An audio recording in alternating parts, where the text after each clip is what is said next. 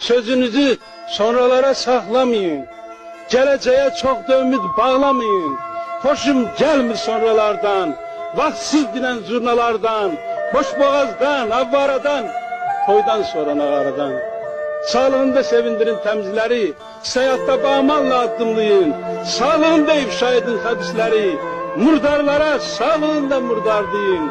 Türkü deyin türkülere, aslan deyin aslanlara, sağlığında kıymet verin insanlara. Bu nedendir ölen kim adamlara, kalbimizde sevgi, hürmet aşıp taşır. Ölen kim yaxşılar da yaxşılaşır, yamanlar da yaxşılaşır.